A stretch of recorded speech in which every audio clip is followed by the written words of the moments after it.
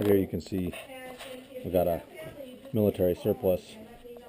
It's the medium weight bag from the military sleep system. And I'm going to convert it into a quilt if I can. Working on it today. And I'm going to start out, I'm going to seam rip the, I'm going to rip all the seams until it's flat. And then I can cut out the piece that I need to make it. I'd say right now, I think there's an official weight on them somewhere, but this is probably over 2 pounds right now. So we'll see what it looks like after I've ripped it out flat. Here it is after it's cut to size. We're about 43 across the base, and up on this top end we ended up with about 44, 45, so it's a little bit tapered. And now we can sew channels and seams to the ends. You can see the separate layers of it here where it comes together. It's like the Halloween string here, the Halloween spiderweb. It really looks like. So there we go. On to the next step in our nice sewing shop. So we cut strips of ripstop 3.5 inches wide. We're going to have to sew 2 together, just end to end, because they're not quite long enough. There we go. And that way we get a nice even strip in one cut if you line them up right. Binding the edges with ripstop.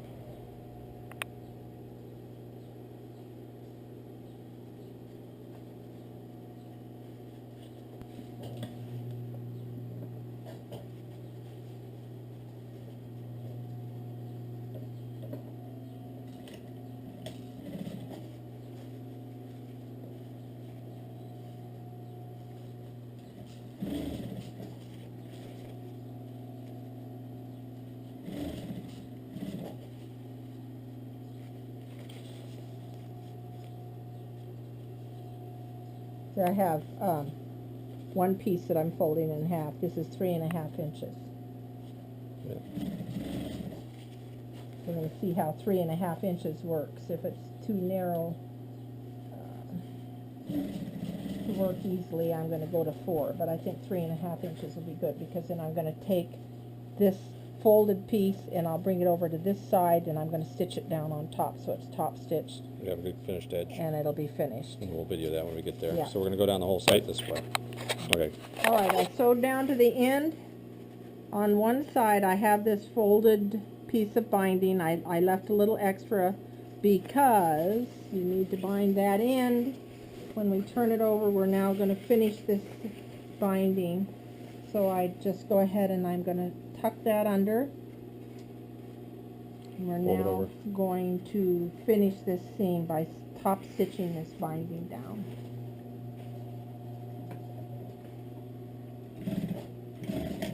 It helps to have industrial machines, but And as you can see how that binding is nice and folded, I just turn that over, sew along the original seam. better. Now we get a nice clean edge.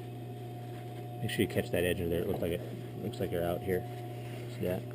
Like that? You get, Oh, yes. It's getting away from you. Yes, it is. It wants to curl.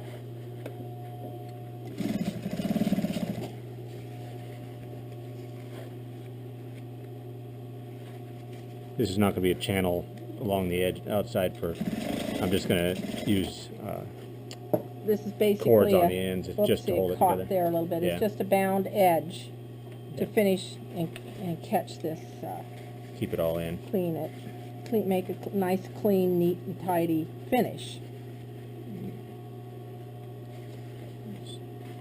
It's hard with all the fat in there. The fullness wants to get tucked under, so you might have to check that. Yeah. There. Yeah. All right. Okay. On to the next step. Just finishing the end of the side. Tuck the edge in. Hold it in there. And then we can sew it down, and it gives a finished, clean edge.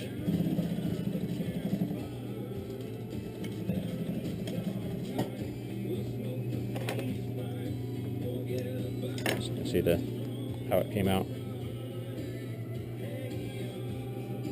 Pretty good. that edge. Finish that edge. I'll stop and finish the other edge before I get there. Now I'm going to sew that right edge to edge. Yep. Okay.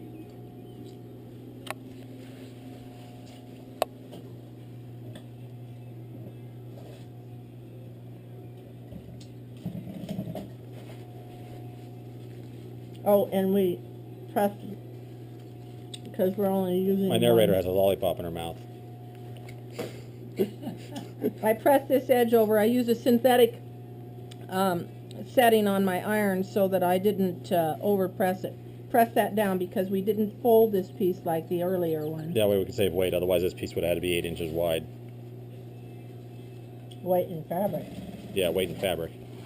And packability and all that. Mm-hmm. So. But we're basically sewing it on the same way. Yeah. Now we've got our casing sewn on here, but you can still see the raw material on the inside. So we're going to sew outside the edge of the material. You can see the edge of where the batting stops right there. We're going to sew right out here, and then this part is going to carry our shock cord, and then this part's going to be bound together. And I'm also going to just finish this little edge. Yeah, we're just going to clean that edge up a little bit better. Yeah. Now we're going to enclose that. I don't know how this one works, so here. I'll call him back. Or who said? Yeah. Go right along the edge.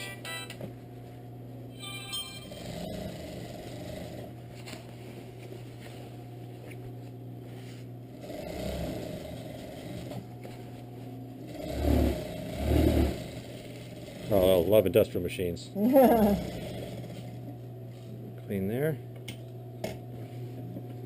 Sew the edge. Alrighty. That's done. One side done. Yeah. We'll fold the web under like this to clean up those ends. And then we're going to sew it on the outside of the quilt.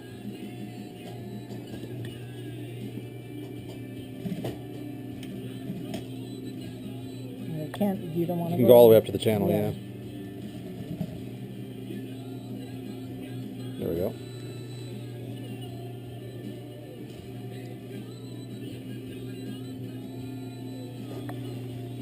And we're going to do that all the way on.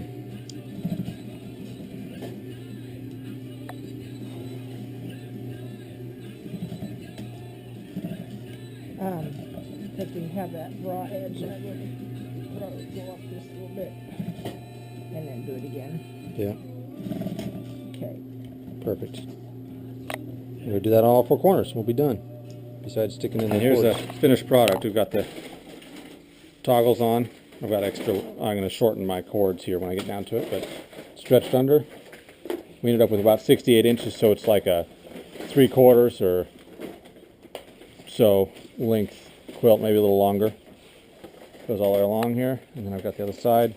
I've got some toggles drawing the ends up, and it's about right, perfect.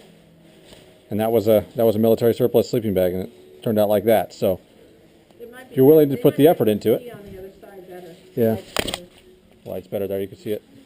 Got a little dirt on it still, but there it is. And it really is straight on these edges. It's just, it looks that way because of the way it's sewn, but because of the way that the sleeping bags were sewn, they were sewn with some taper in them. But there it is. It's actually thicker in one end. The foot box of the sleeping bag had an extra layer of insulation in it. You can see it right where it is right here, that seam. This is actually considerably thicker than it is up here. So whichever end you want to be warmer, you put that on there. So there it is. I can't show you it tested because where I've got it strung right now is not strong enough, but I'll show you when I'm done. Morning one at Tippity.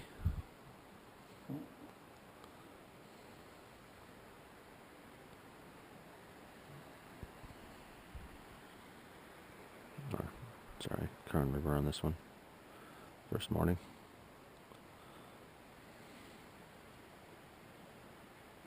There's Hammock and Wesley.